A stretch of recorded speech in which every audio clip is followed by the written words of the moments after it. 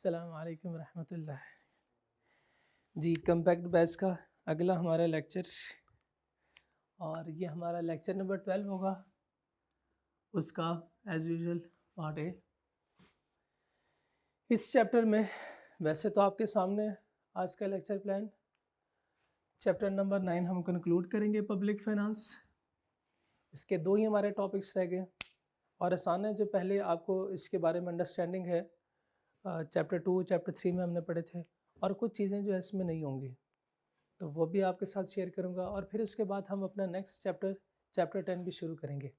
आज के लेक्चर में ही ये शुरू कर रहे हैं और उसके जो इंट्रोडक्टरी बातें, जो आसान सी बातें होंगी, वो वैसे तो पूरा चैप्टर ही आसान है, लेकिन ये मज़े की बातें ये पहले हम शुरू करेंगे। उसके बाद फिर नेक्स्ट पार्ट में चैप्टर 10 को ज़िंदगी रही तो कंक्लूड करेंगे। Chapter number 9, types of taxes. इससे पहले आप पढ़ चुके हैं कि टैक्स के दो टाइप्स हैं। कौन कौन सी दो टाइप्स हैं टैक्स की? डायरेक्ट टैक्स और इनडायरेक्ट टैक्स। डायरेक्ट टैक्स कौन सा होता है? टैक्स ऑन इनकम पे लगने वाला टैक्स डायरेक्ट टैक्स, और टैक्स ऑन एक्सपेंडिचर, जो खर्चों के ऊपर टैक्स लगता है, वो इनडायरेक्ट टैक्स कहलाता है। सर एग्जांपल दे, जब आप इनकम कमाते हैं, जब आप अर्न करते हैं, फॉर एग्जांपल मैंने आपको बताया था मेरी इनकम है 10,000, और जब मैं प्रिंसिपल साहब के पास जाता हूं तो वो मुझे नोट गिन के देते हैं 1 2 3 4 5 6 7 8 9। मैं कहता हूं सर हमारा एग्री किया हुआ था कि 10,000 मेरी सैलरी होगी। वो कह रहा है सर बिल्कुल ठीक है, ये 9 नोट आपके हैं, ये एक जो है वो शहबाज शरीफ साहब का। In the form of tax, in the form of tax. ये टैक्स कौन सा होता है? ये है किस पे टैक्स? इनकम पे टैक्स। इनकम के ऊपर लगने वाला टैक्स को हम नाम देते हैं, ये होगा डायरेक्ट टैक्स। और यही इनकम जब मैं मार्केट में जाता हूं, जब कोई चीज परचेस करता हूं, मुझे जाके एक शर्ट पसंद आई जिसकी प्राइस थी 500 की, मैंने शर्ट परचेस की, लेकिन जब मैं बिल देने गया, जब पे करने गया, तो उसने कहा कि भाई 600 रुपए दो। मैं कहा भाई इसके ऊपर तो प्राइस टैग जो लगा हुआ है उसमें 500 लिखा हुआ है। कहता हाँ वो तो 500 है, पर ये एक्सक्लूसिव ऑफ टैक्स है, जब आप इसमें टैक्स ऐड करेंगे तो उसकी वैल्यू क्या हो जाएगी? 600। ये नहीं, यहां पे भी 100 ऐड हुआ है। ये कौन सा टैक्स है? जब हम कोई चीज खरीदने गए हैं, जब हम खर्चा करने गए, उस वक्त टैक्स, इस टैक्स को कहा जाता है इनडायरेक्ट टैक्स। ये टैक्स है इनडायरेक्ट टैक्स। अब इसके एग्जांपल देखें। इनकम टैक्स कौन सा टैक्स होगा? Direct tax. Wealth tax, property tax, capital gain tax, inheritance tax. Chapter कैफ टू पता नहीं, सीए में नहीं है, लेकिन ये चारों आप पढ़ेंगे कैफ 2 में। इसकी एक्सप्लेनेशन हमारे सिलेबस में नहीं है, सिर्फ इसकी डेफिनेशन है और example. Direct tax is a tax charged on income and profit of individual and firms. Income किसकी होती है? इंडिविजुअल की होती है। प्रॉफिट किसका होता है? फर्म का होता है। क्लियर? आगे लिखा हुआ है, पता नहीं क्या है, पता नहीं क्या है, छोड़ें इसको अभी। इनडायरेक्ट टैक्स की डेफिनेशन देखें। Indirect tax is a tax charged on consumption of goods and services. अब देखिए आगे क्या लिखा हुआ है। It is paid by in intermediary to revenue authority. Intermediary to revenue authority. ये देखें, इधर देखें, वापस आए। जब हम शर्ट परचेस करने गए, ये 100 रुपए, हमने ये 500 के साथ ही दिए। टोटल हमने कितना दिया? 600 रुपया। हमने 500 के साथ ही ये दिया। अच्छा, हम ऐसे भी तो कह सकते थे, हम उससे कहें यार शहबाज शरीफ साहब के साथ ना मेरी अच्छी सलाम दुआ है, शहबाज शरीफ साहब के साथ अच्छी सलाम दुआ है, आप ऐसा करो ये 500 रख लो, 100 मैं दे दूंगा यार, हमारी यारी हमारा चलता है, जैसे दोस्त के साथ हमारा चलता है यार, मेरा शहबाज शरीफ साहब के साथ चलता है, मैं शहबाज शरीफ साहब को दे दूंगा। नहीं, ऐसे नहीं होता। वो कहता है पैसे निकालो। यानी कोल्ड ड्रिंक आप खरीदने जाते हैं और उसकी फॉर एग्जाम्पल प्राइस है 150 प्लस 50 रुपीज टैक्स है, 200 रुपए इसकी कीमत है 1.5 लीटर की।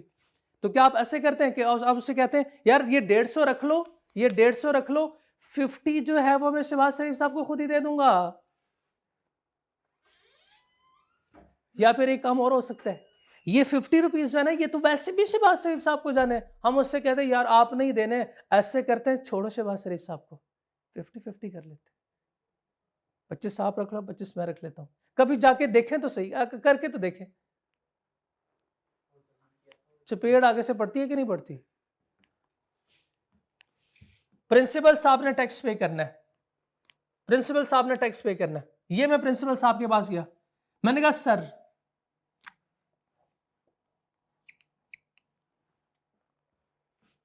10,000 मेरी इनकम है, 9,000, 10,000 टोटल इनकम है, 1,000 रुपए टैक्स, 9,000 मेरी इनकम।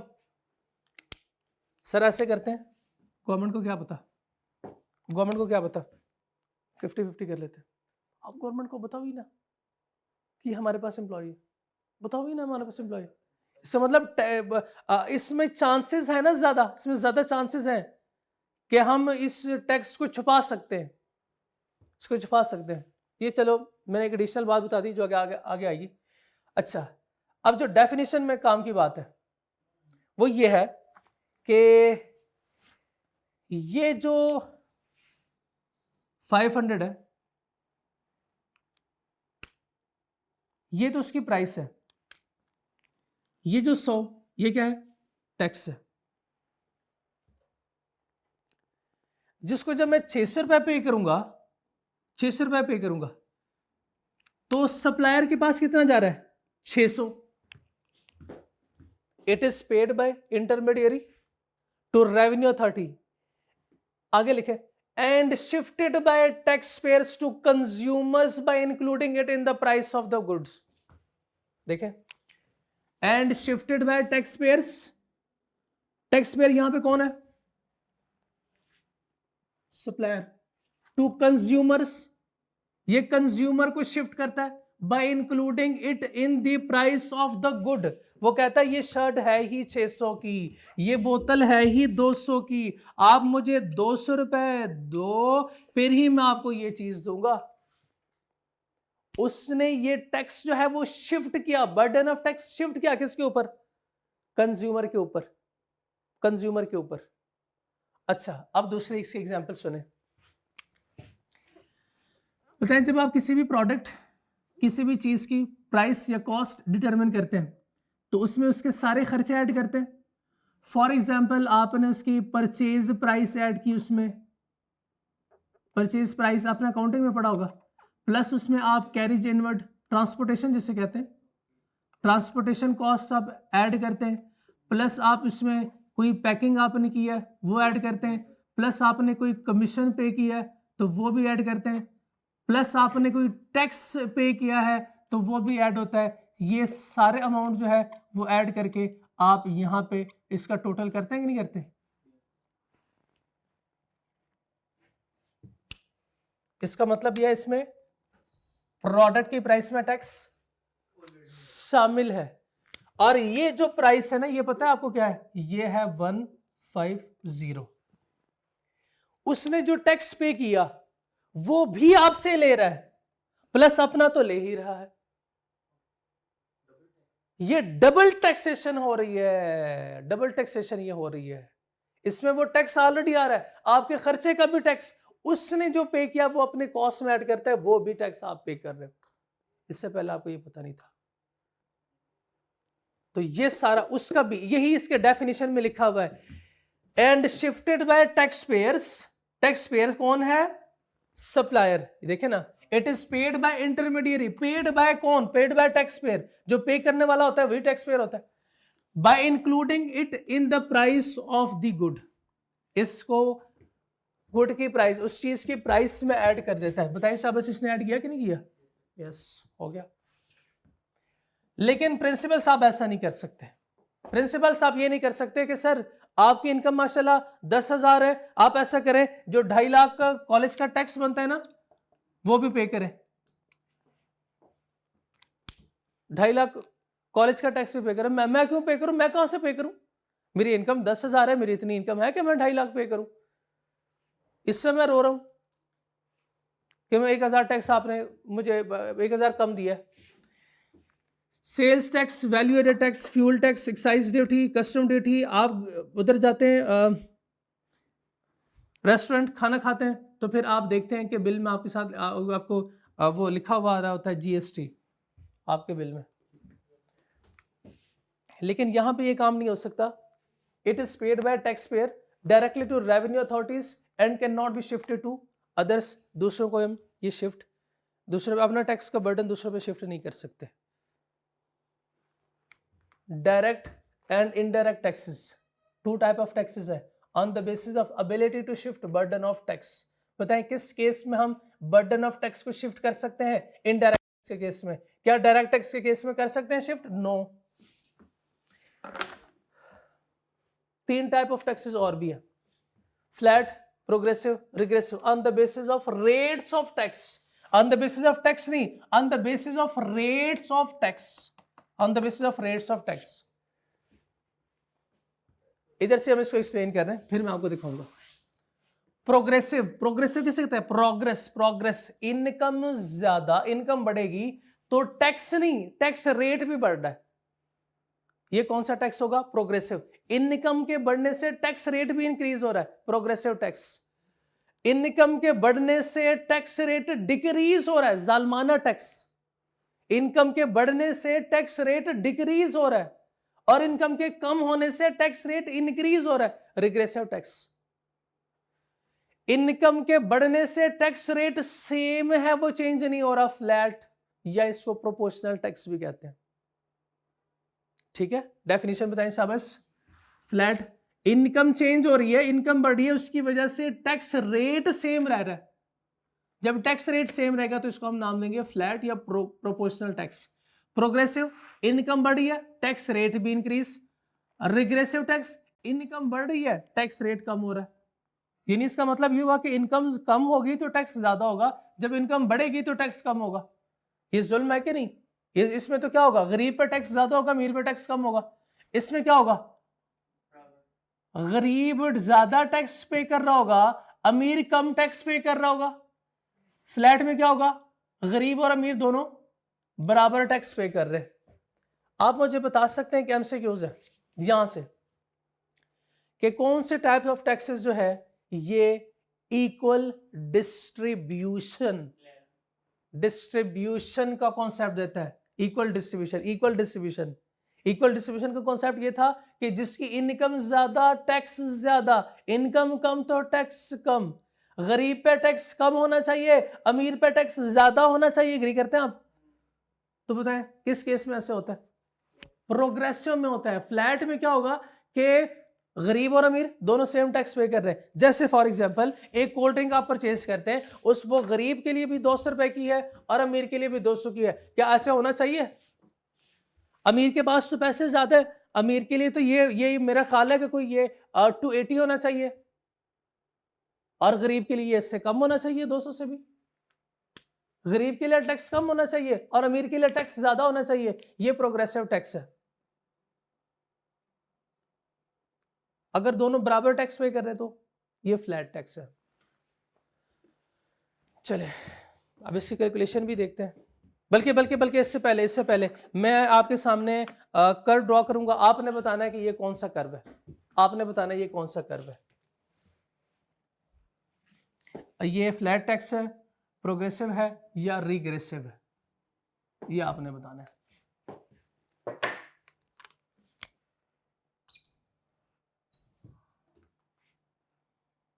ये मेरी इनकम, ये टाइप ऑफ टैक्स.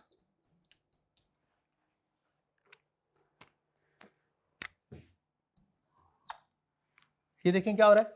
इनकम बढ़ रही है, इनकम इंक्रीजेस तो टैक्स भी इंक्रीजेस, टैक्स भी और इनकम दोनों इंक्रीज, और टैक्स और इनकम दोनों इंक्रीज हो रही है. यानी ज्यादा इनकम पे ज्यादा टैक्स, कम इनकम पे कम टैक्स. प्रोग्रेसिव.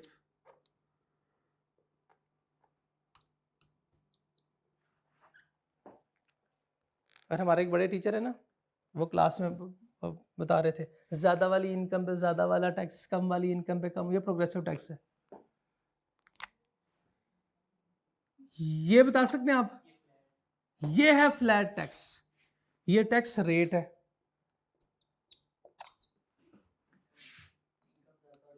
इनकम ज्यादा तब भी उतना टैक्स, इनकम कम करेंगे तब भी उतना टैक्स. तो ये फ्लैट टैक्स की एग्जांपल है.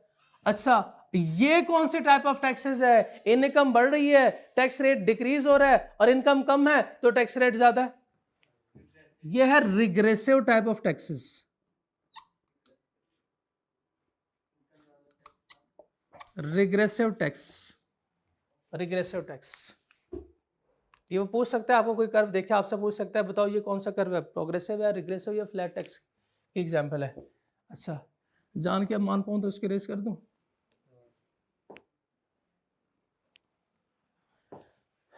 इसको समझते हैं sir, explain with help of table and example.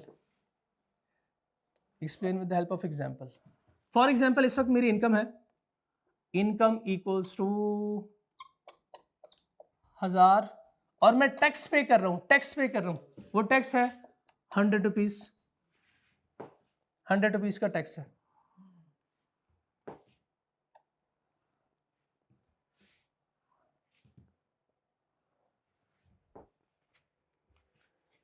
Income बढ़ के मेरी हो गई है। अच्छा, इससे पहले मुझे ये बताएं कि कितने परसेंट टैक्स में पे कर रहा हूं।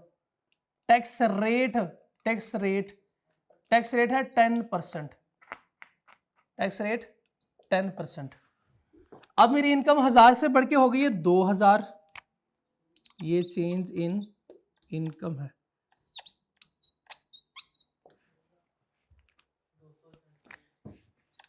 टैक्स और ये इसकी type of tax.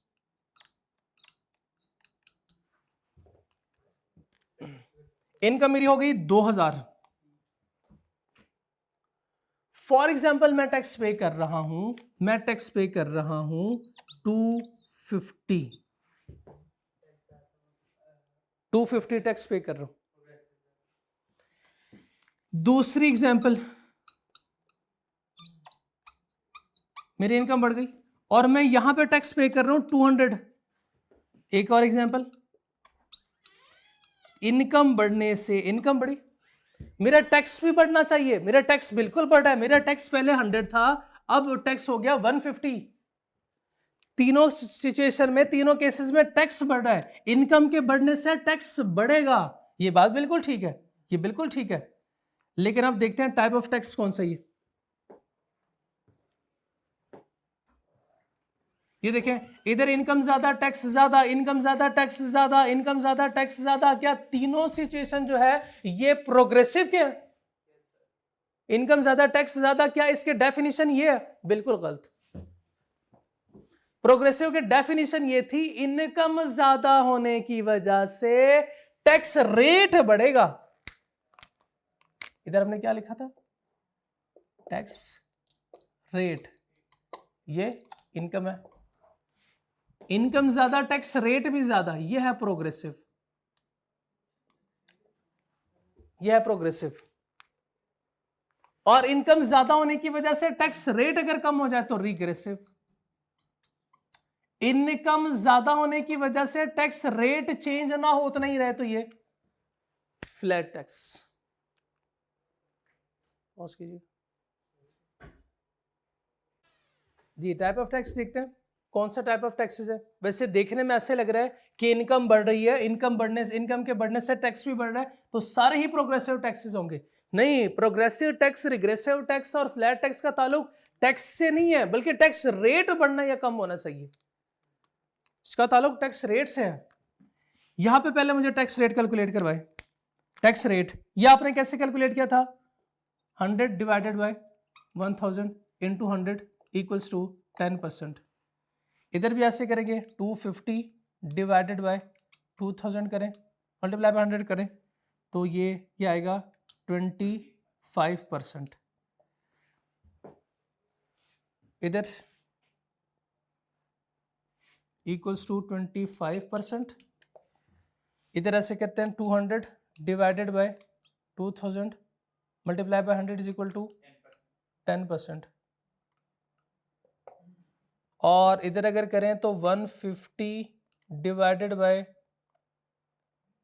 2000 into 100 equals to 7.5%।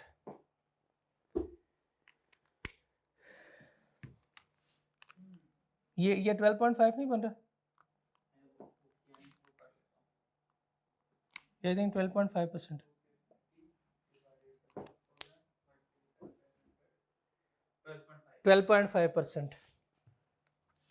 पहले परसेंटेज क्या है, टैक्स रेट कितना पे कर रहे हैं, 10%। अब इनकम के बढ़ने से टैक्स रेट क्या हो रहा है, बढ़ रहा है। इनकम ज्यादा, टैक्स रेट भी ज्यादा।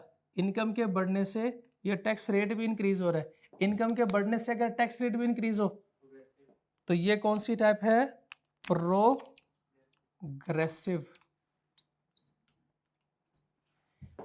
इनकम बढ़ रही है, tax rate same, tax rate same.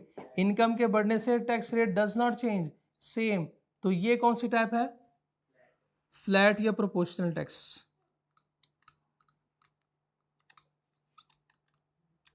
या प्रोपोर्शनल टैक्स। टैक्स इनकम बढ़ेगी, इनकम के बढ़ने से टैक्स भी बढ़ेगा, बिल्कुल टैक्स बढ़ रहा है, लेकिन टैक्स रेट देखें, टैक्स रेट कम हो रहा है। इनकम के बढ़ने से अगर टैक्स रेट कम हो रहा हो तो ये है जालमाना रेनी रिग्रेसिव टैक्स।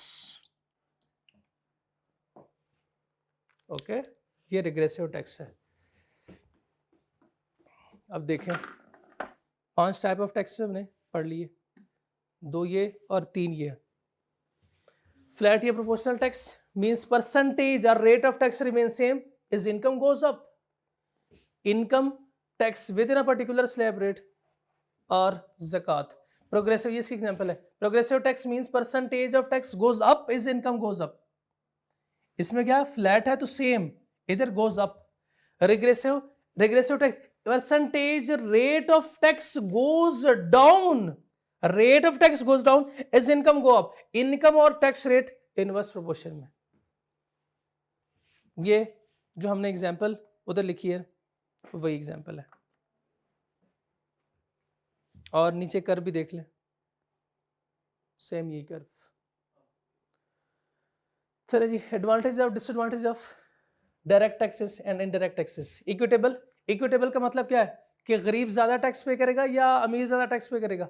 अमीर ज्यादा टैक्स पे करे, गरीब कम टैक्स पे करे। रिच पे मोर एंड पुअर पे less, creating an equal distribution of income.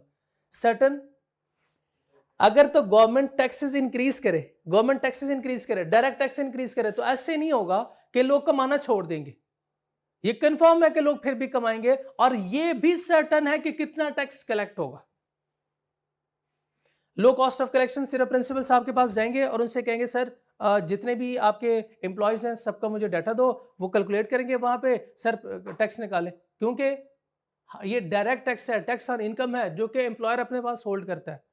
या फिर ऐसे करते हैं जो हमारी इनकम होती है उस हम खुद अपने टैक्स रिटर्न फाइल करते हैं, खुद ही जाके गवर्नमेंट को जमा कराते हैं, गवर्नमेंट को नहीं आना पड़ता।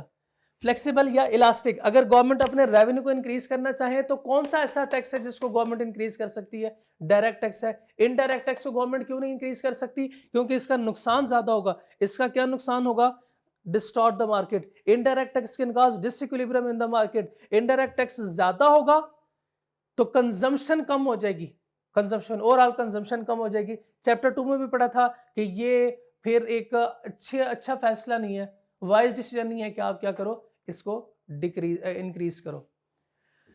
ये टैक्स सर्टन है। और इनडायरेक्ट टैक्सेस देखें uncertain, as people may stop buying if items are taxed heavily. ये अनसर्टन है, अनसर्टन है, पता नहीं अगर हम टैक्स इंक्रीज करेंगे तो हो सकता है उसकी वजह से ओवरऑल डिमांड क्या हो जाए, कम हो जाए। Anti inflationary, it reduces income and aggregate demand, हमने पढ़ा है अभी प्रीवियस चैप्टर में, प्रीवियस लेक्चर में। इसकी कॉस्ट ऑफ कलेक्शन कम होती है, इधर कॉस्ट ऑफ कलेक्शन ज्यादा है, क्योंकि एक एक के पास चल के जाना पड़ेगा। ये regressive taxation increase inequality. Regressive कैसे है, वो तो इक्विटेबल है, ये रिग्रेसिव कैसे है, क्योंकि गरीब और अमीर सेम टैक्स पे कर रहा है, जबकि ऐसे नहीं होना चाहिए। एज रिच एंड पुअर पे द सेम, गरीब को कम और अमीर को ज्यादा टैक्स पे करना चाहिए। Causes cost push inflation, cost push inflation के बारे में आपको बताया था पिछले लेक्चर में कि increase in price due to increase in cost of production. Tax is a cost, तो टैक्स ज्यादा तो कॉस्ट ऑफ प्रोडक्शन ज्यादा। Can motivate black market, consumer and producer में collude with each other to avoid tax payment, for example by getting goods without bill. Bill ना बनाओ यार, bill ना बनाओ। बिल जब नहीं बनाएंगे तो एक की इनकम रिकॉर्ड नहीं होगी, दूसरे का खर्चा रिकॉर्ड नहीं होगा। तो जब खर्चा और इनकम दोनों चीजें रिकॉर्ड नहीं होगी तो बताया खर्चे पे टैक्स पे नहीं करना पड़ेगा और ना ही अगले को इनकम पे टैक्स पे करना पड़ेगा। ये ब्लैक मार्केट है। इसके एडवांटेज डिसएडवांटेज देखें। Discourage saving investment. Discourage saving या इन्वेस्टमेंट कैसे? टैक्स ज्यादा तो इन्वेस्टमेंट कम। और लिविंग स्टैंडर्ड को आपने चैप्टर 7 में आपने पढ़ा था सेविंग के डिटर्मिनेंट्स में कि अपने लिविंग स्टैंडर्ड को आपने मेंटेन रखना है, तो उसके लिए आपको आपकी सेविंग कम हो जाएगी। पॉसिबल टू एवेड, बिल्कुल आप एविजन कर सकते हैं। जैसे मैंने एग्जांपल दी, हम वो प्रिंसिपल साहब से कहेंगे सर वैसे भी शहबाज शरीफ साहब को तो नहीं पता, 50-50 कर लेते हैं। Unpopular when a tax payer is directly paying to government he feels, ये तो इनकम वालों से पूछना जो तनख्वाह लेते हैं। Less incentive to work hard, भाई अगर टैक्स ज्यादा होगा, फॉर एग्जांपल मैं अभी 1000 रुपये टैक्स पे कर रहा हूँ, अगर 5000 मुझे टैक्स पे करना पड़ जाए तो मैं उससे कहूंगा अच्छा इसका मतलब ये हुआ कि मैं 15 दिन आपके लिए काम कर रहा हूं, तो हम गवर्नमेंट के लिए काम कर रहे हैं, आधी सैलरी वो गवर्नमेंट को दे रहे हैं, इसलिए ये लेस इंसेंटिव है towards work. Can correct externalities, indirect taxes can correct externality, government can control the demand of harmful goods by imposing indirect taxes, cigarette पर टैक्स ज्यादा कर दो। Increase tax net wide range, छोटे छोटे tax होने चाहिए, हर एक चीज पे टैक्स होना चाहिए ताकि ये फैल जाए tax. Allow us people greater choice, अब जिस चीज के ऊपर टैक्स ज्यादा है आप ना खरीदो, जिस पे टैक्स कम है हम वो खरीद लेंगे, फिर आपके पास चॉइसिंग डिसीजन आ गया। डिफिकल्ट टू एवेड, आप ये नहीं कह सकते कि ये बोतल बेचने वाले को कहें कि सर ये 50 रुपीज आपने वैसे भी टैक्स ही पे करना है, ऐसे कर लेते हैं 150 मेरे से ले लीजिएगा, ये जो 50 है वो 50-50 हम कर लेंगे, 25 आप रख लो 25 पे रख लेता हूँ। तो ये इजीली आप एवेड नहीं कर सकते ये टैक्स, क्योंकि ये क्या होता है part of the price of good, therefore they are paid at time of transaction and can not be avoided. कुछ बात समझ आई? ये भी उधर से ही हमने जैसे लिखा हुआ सबके साथ लिखा हुआ है already explain already explain already explain, ये आप देख लेंगे। ये छोटा सा टॉपिक एक और, कैनन्स और प्रिंसिपल ऑफ टैक्सेशन। एक अच्छे टैक्स सिस्टम के असूल क्या होने चाहिए, अब मैं आपको बताऊंगा असूल और आपने मेरे साथ एग्री करना है कि बाकी अच्छे टैक्स सिस्टम के असूल होने चाहिए कि नहीं। कैनन ऑफ इक्विलिटी, इक्विलिटी कहते हैं जैसे अभी आपने इक्विटी में पढ़ा, इक्विटेबल में पढ़ा, इक्विलिटी कहते हैं गरीब को टैक्स कम होना चाहिए, अमीर पे टैक्स ज्यादा होना चाहिए, इसकी वजह से इक्वल डिस्ट्रीब्यूशन होगी कि नहीं होगी। ये अच्छा टैक्स सिस्टम के असूल है कि नहीं? ये बिल्कुल अच्छा टैक्स सिस्टम के असूल है कि गरीब को अमीर को ज्यादा टैक्स पे करना चाहिए, गरीब को कम। It will ensure equal distribution of wealth in economy.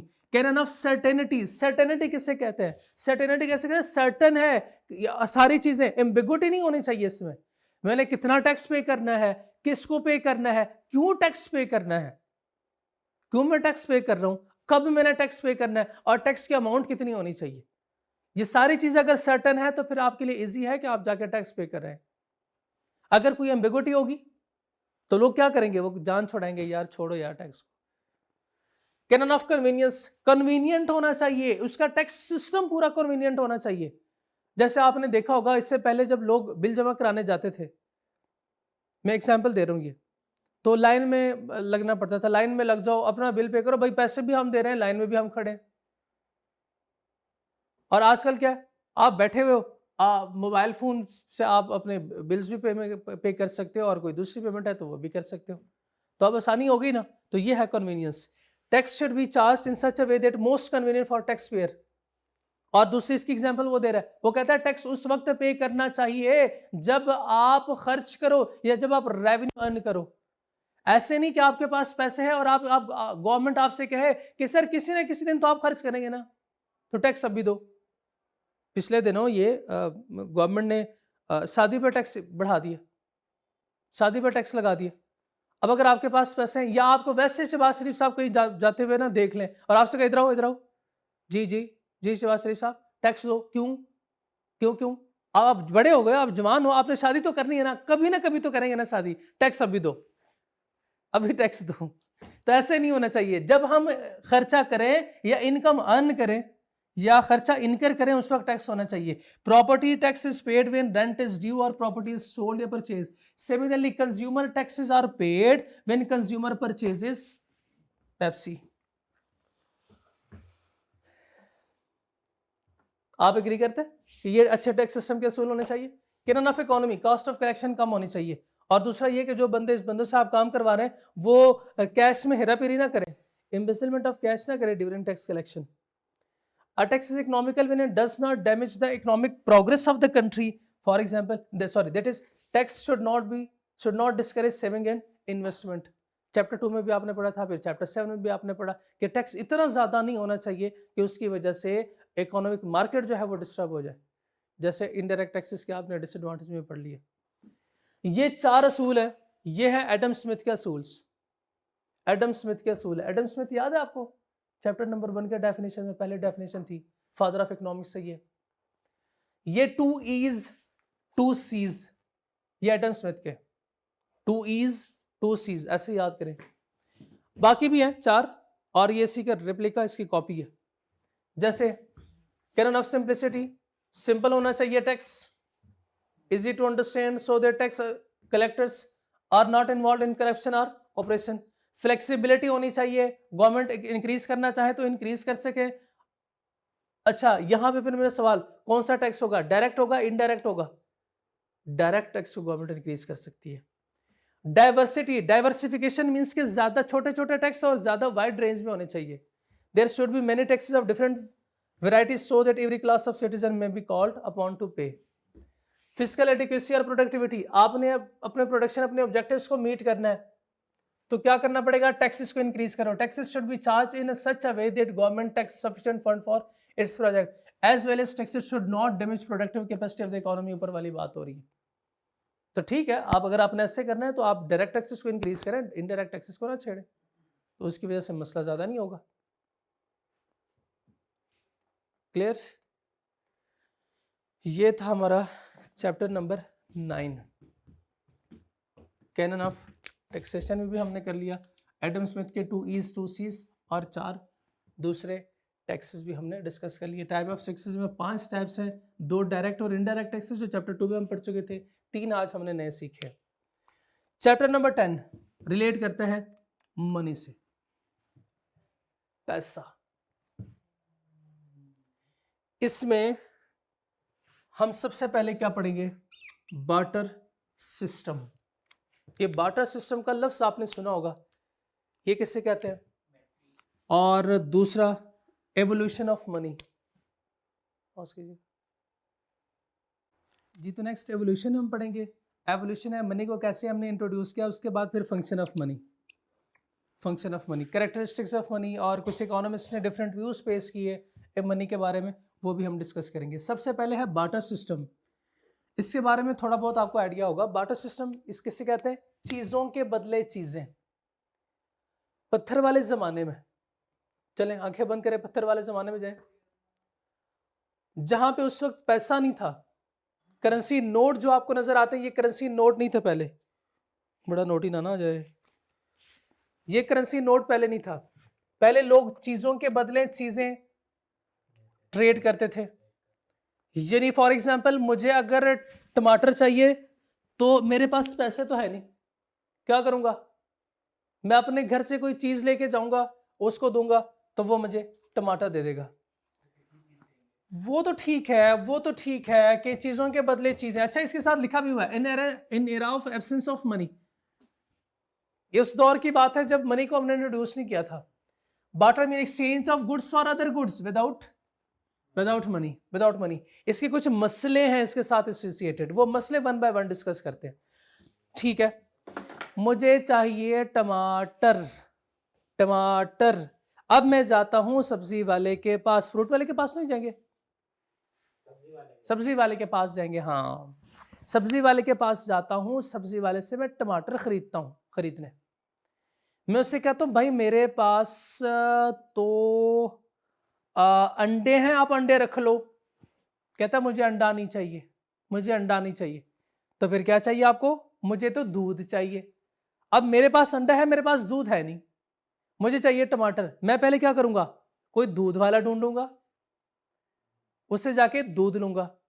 अब मैं दूध वाले के पास गया, दूध वाले से मैंने कहा भैया अंडे ले लो और दूध दे दो। कहता नहीं मुझे तो अंडा नहीं चाहिए, मुझे तो जूता चाहिए, जूता चाहिए। नहीं इसलिए नहीं, मुझे पहनने के लिए जूता चाहिए। मैं कहा अच्छा आपको जूता चाहिए, अब मैं क्या करूंगा, पहले जूता ढूंढूंगा, पहले जूते वाला को ढूंढूंगा, उसके बाद फिर मैं क्या करूंगा, फिर मैं दूध वाले के पास जाऊंगा। चलो जूते वाला मिल गया, हफ्ते बाद मिल गया। जूते वाला भी अगर कह दे कि मुझे कोई और चीज चाहिए तो फिर हम कोई और चीज ढूंढेंगे। तो ये एक बहुत बड़ा मसला है कि जो चीज मुझे चाहिए वो अगले के पास तो है, लेकिन जो मेरे पास है वो शायद अगले को ना चाहिए हो। इसको कहते हैं lack of double coincidence of wants, कि दोनों की जो चाहत है, दोनों की मर्जी वो पूरी नहीं हो रही। Lack of double coincidence of wants. अच्छा चले चले मिल ही गया, उसको भी अंडे चाहिए। अब एक टमाटर के बदले उसे एक अंडा दे दे, एक टमाटर के बदले उसे एक अंडा दे दे, या फिर तोल के दे देते हैं। नहीं, अंडा ज्यादा एक्सपेंसिव है एक टमाटर से, एक अंडा एक टमाटर से ज्यादा एक्सपेंसिव है। तो कैसे इसको मेजर कैसे करें, कितने अंडे होने चाहिए, एक टमाटर क्या बदले कितने अंडे होने चाहिए, ये भी एक बहुत बड़ा मसला। चले मेरे पास दूध है, अब मैं कितना दूध उसको दूं, कितना दूं, एक बहुत बड़ा मसला। मेरे पास कोई जानवर है, अब एक जानवर पूरे का पूरा दे दूं उसको, जूते के बदले जानवर नहीं हो सकता, या टमाटर के बदले जानवर नहीं हो सकता। ये भी एक बड़ा मसला है कि मैं कोई स्टैंडर्ड सेट नहीं कर सकता कि इतने अंडे होंगे तो इसके बदले ये चीज इतनी मिलेगी।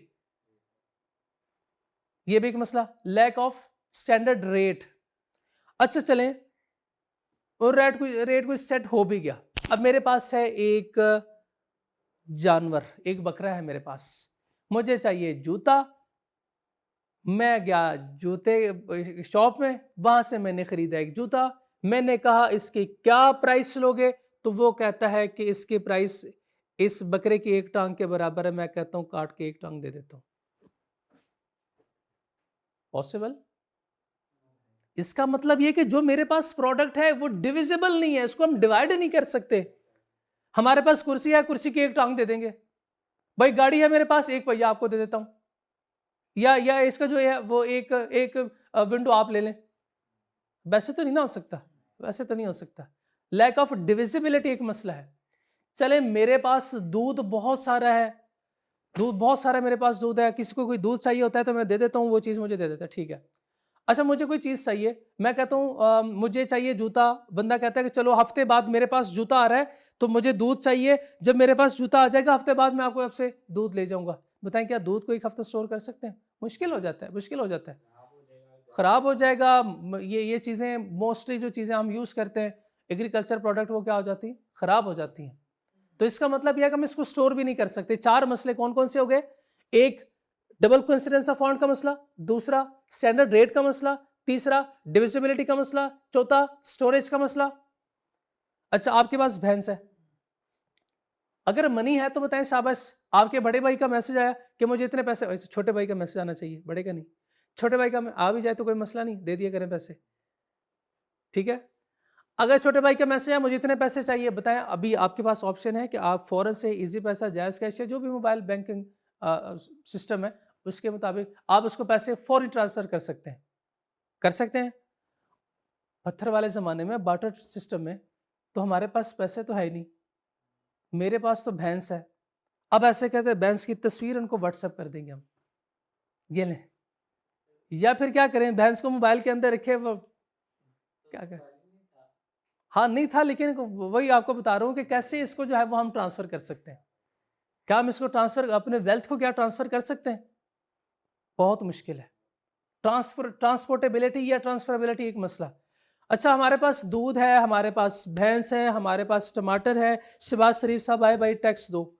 मैंने कहा जो बैठ जाओ, ये लो एक कप दूध। कहता नहीं नहीं नहीं नहीं नहीं, पैसे मुझे तो, मैंने तो रोड कंस्ट्रक्ट करना है, उसके लिए मुझे चीजें चाहिए। मैंने कहा दूध पियो, दूध पियो। बचपन में होता है ना, दूध नहीं पियेंगे तो बड़े कैसे होंगे, उसे कहें दूध नहीं पियोगे आप तो बड़े कैसे होगे, जान कैसे बनेगी। ये सारे मसले हैं भाई। Lack of double coincidence of wants, जो चीज मुझे चाहिए अगले के पास वो नहीं है, या अगले के पास अगले को जो चाहिए वो मेरे पास नहीं है, तो वो ढूंढता फिरूंगा मैं। लैक ऑफ स्टैंडर्ड रेट, हाँ वो चीज मिल गई है, अब कितनी क्वांटिटी में आपके साथ ट्रेड करूं, क्या मैं इसको स्टोर कर सकता हूं या सेव कर सकता हूं लंबे अरसे तक चीजों को। मोस्टली जो पेरिशेबल नेचर की गुड्स होती हैं इसको स्टोर नहीं कर सकते। क्या डिविजिबल है, बहुत सारी चीजें डिविजिबल नहीं होती। Lack of transfer of wealth, ये भी मुश्किल है कि इमूवेबल अगर प्रॉपर्टी है हमारे पास तो हम इसको ट्रांसफर भी नहीं कर सकते। Difficulties in tax collection, tax collected in the form of goods can not be spent on development project, लिख लें। फॉर एग्जांपल आपने अगर रोड कंस्ट्रक्शन है, हॉस्पिटल की कंस्ट्रक्शन या इंफ्रास्ट्रक्चर डिफरेंट अदर्स, ये सारे मसले थे बार्टर सिस्टम के साथ। ये बार्टर के साथ मसले थे, मनी ने ये मसलों को हल किया था। यानी इसका मतलब यह है कि मनी के फंक्शन क्या होने चाहिए, यही जो इसके मसले। एग्री करते हैं आप? Trade is a medium of exchange, it allow traders to buy and sell goods without barter, barter को नहीं करना। अब हम क्या करेंगे, मनी को इस्तेमाल करेंगे। To act as a unit of account, क्या आप जो भी चीज परचेज करते हैं उसके लिए आपके पास स्टैंडर्ड यूनिट्स हैं। ये जो टमाटर है 100 रुपए किलो, ये मैंगो है वो 200 रुपए किलो। टमाटर 100 रुपए दर्जन, अंडे 50 रुपए किलो, याद है वो? नहीं याद, छोड़ो फिर। उन्होंने कहा था, क्या नाम है उनका, बेवाल भट्टू साहिबा। To act as a unit of account और मेजर ऑफ वैल्यू, के स्मॉल डिनोमिनेशन हमारे पास मौजूद है। अगर आपने 150 की चीज परचेज करनी है तो आप 100 और 50 का एक नोट दे दो। To act as a store और वैल्यू, स्टोर ऑफ वैल्यू और वेल्थ, हम इसको स्टोर भी कर सकते हैं। ये नोट है करेंसी नोट, इसको आप स्टोर कर सकते हैं, ये आप स्टोर कर सकते हैं। To act as a standard of deferred payment, deferred payment किसे कहते हैं, अंडरलाइन करें, इंस्टॉलमेंट में। आपने इंस्टॉलमेंट में अगर पेमेंट है तो आप इंस्टॉलमेंट में पेमेंट कर सकते हैं। बार्टर सिस्टम में आप इंस्टॉलमेंट में पेमेंट नहीं कर सकते। आप ये नहीं कह सकते थोड़े से अभी ले लेना, थोड़े से बाद में ले लेना। आपके पास एक बकरी है, एक टांग अभी ले लेना, दूसरी टांग जो है वो महीने बाद ले लेना, उसके बाद गर्दन जो है वो अगले महीने ले लेना, ऐसे पॉसिबल नहीं है बार्टर सिस्टम में। अंडे की जर्दी अभी ले लेना, बाद में थोड़े से, ऐसे ही नहीं हो सकता, नहीं हो सकता। क्लियर? ये सिर्फ मनी में ये ऑप्शन है। अच्छा, अभी जो है वो पूरे नहीं हुए, इसके कैरेक्टरिस्टिक्स भी देखें, कैरेक्टरिस्टिक्स भी देखें, वही होंगे जो उसमें मसले थे। ड्यूरेबिलिटी, ड्यूरेबल किसे कहते हैं, आप लंबे अरसे तक इसको स्टोर कर सकते हैं, यस कर सकते हैं। क्या आप इसको सब डिवाइड कर सकते हैं, कर सकते हैं। क्या आप इसलिए इसको एक जगह से दूसरी जगह मुंतकिल कर सकते हैं, यस कर सकते हैं। नॉन काउंटरफीटेबिलिटी को अंडरलाइन करें। काउंटरफीट किसे कहता है, काउंटरफीट, नकली नोट छापना, नकली नोट छापना। इसके कैरेक्टरिस्टिक्स में यह होना चाहिए कि ये इजीली कोई नए नोट, नए नकली नोट ना छाप सकता हो। यह है नॉन काउंटरफीटेबिलिटी। कोई इस तरह की प्रिंटिंग और ये सारा काम कर सकता है? हाँ, करने वाले पाकिस्तान में तो माशाल्लाह बड़े बैठे हुए, लेकिन वो पकड़े जाते हैं ना। Money that is easily counterfeit would quickly lose its value because anyone could create their own money. इसलिए इसके फंक्शन में क्या होना चाहिए, नॉन काउंटरफीटेबिलिटी। जनरल एक्सेप्टेबिलिटी, हर कोई इसको एक्सेप्ट करता हो, हर कोई इसको एक्सेप्ट करता हो। और स्टेबिलिटी, यस ये बिल्कुल स्टेबल है, इसकी वैल्यू जो है वो वक्त के साथ साथ बहुत जल्दी गिरती नहीं है। ठीक है, स्टेबिलिटी भी, value of money should remain stable और टाइम। तो ये ऐसे कुछ कैरेक्टरिस्टिक्स थे। कुछ टाइप्स पढ़ेंगे, evolution of money, types of money. Money की डेफिनेशन क्या है, money is anything that serve as a commonly accepted as medium of exchange. हर कोई इसको एक्सेप्ट करता हो, commonly accepted medium of exchange है ये। सबसे पहले देखें वो पत्थर वाला जमाना, यानी barter system. Commodity money, it is beginning physical goods, in the beginning physical good, animal, stones, bond, ये सारी चीजें were used as a medium of exchange. इन चीजों को हम इस्तेमाल करते थे as a medium of exchange. उसके बाद इस मनी को, कमोडिटी मनी को रिप्लेस किया ने प्रीशियस मेटल्स ने रिप्लेस किया, गोल्ड ने इसको रिप्लेस किया, सिल्वर ने इसको रिप्लेस किया। जैसे आपने सुना होगा अशरफियां, तो वो यही है। By 18th century metal money were used as a medium of exchange.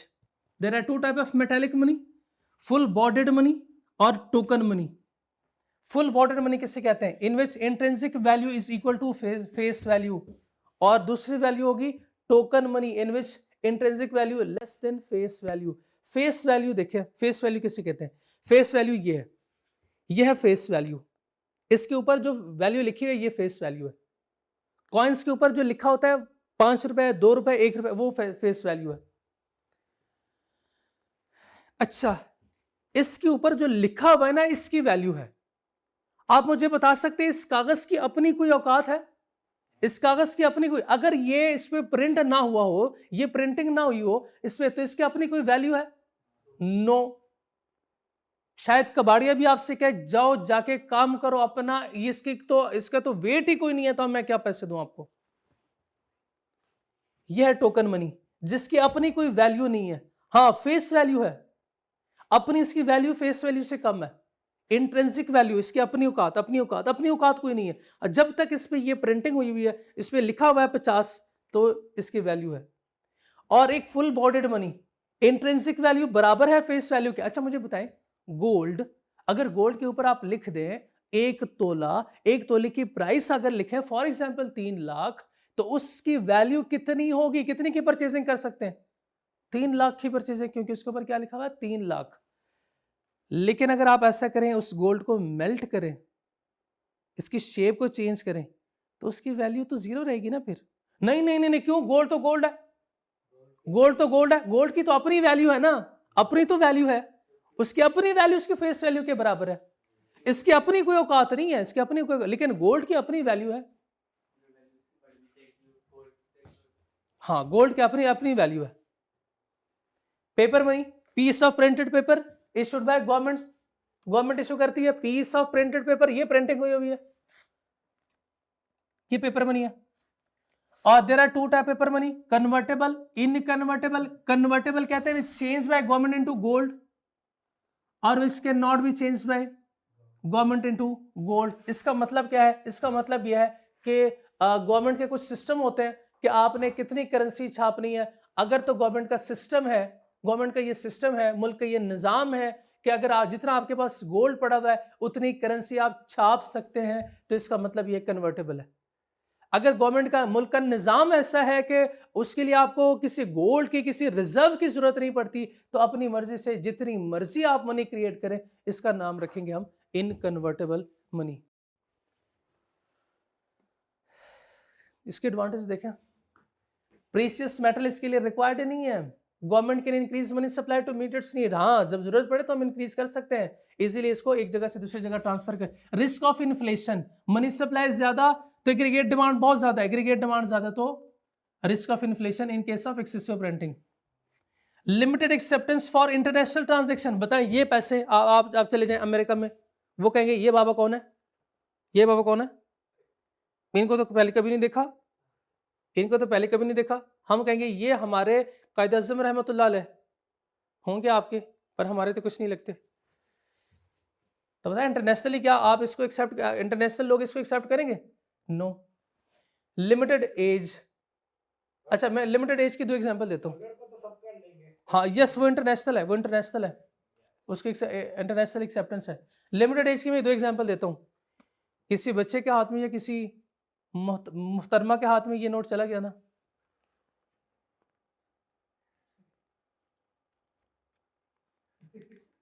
तो इसकी जिंदगी क्या थोड़ी रह जाएगी, माजरत, लेकिन क्या करें, अब ऐसे ही है, अब ऐसे ही है।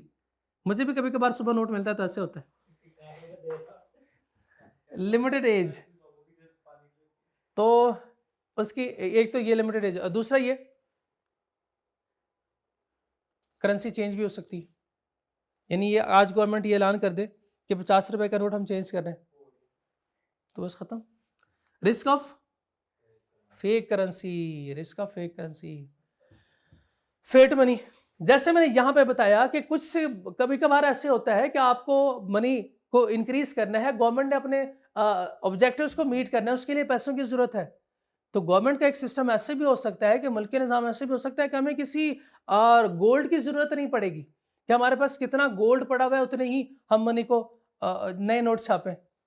तो अपने मर्जी से नए नोट जो है वो गवर्नमेंट छाप सकती है। यूजुअली ऐसा होता है डॉलर में, अमेरिका में ऐसे नहीं होता। It has no intrinsic value but is recognised as a legally accepted medium of exchange. Credit money is a monetary claim, credit money कहता है उधार। उधार क्या चीज है? अभी आपने खरीद लिया पैसे, बाद में ले लेना। on person which can be used for purchase of goods and services. This include an agreement or financial instrument that is not immediately payable, जैसे कि बॉन्ड। और इसके बाद एक टाइप और है, इलेक्ट्रॉनिक या डिजिटल मनी, जैसे आपके डेबिट क्रेडिट कार्ड्स है, इंटरनेट बैंकिंग, ये डिजिटल मनी है। ये आप पढ़ लीजिएगा, इसमें कोई कॉन्सेप्ट नहीं है। हाँ, ये देखें, different views of economist about role of money in macro economy. Classical economist आपको याद होगा, ये कौन है? वो पुराने बाबे जिन्होंने सारा निजाम हमारा खराब किया हुआ था, जो कहते हैं एग्रीगेट सप्लाई को इंक्रीज करो। पुराने बाबे क्या कहते हैं? पुराने बाबे कहते हैं सर मनी को यूज कर सकते हैं, सिर्फ as for medium of exchange, बस इसके अलावा नहीं। इधर आइए, इधर। Classical economist believes that money has passive या neutral role, it is used only as a medium of exchange in market. इसको सिर्फ आप मीडियम ऑफ एक्सचेंज के तौर पे यूज कर सकते हैं। इसकी वजह से इकोनॉमिक ग्रोथ नहीं होगी, इसकी वजह से एग्रीगेट डिमांड नहीं बढ़ेगा। All that is increased efficiency of market but does not play an additional role in determination of demand और GDP। कहता है GDP आपने डिटरमिन करना है, इसके लिए मनी की जरूरत तो नहीं है आपको।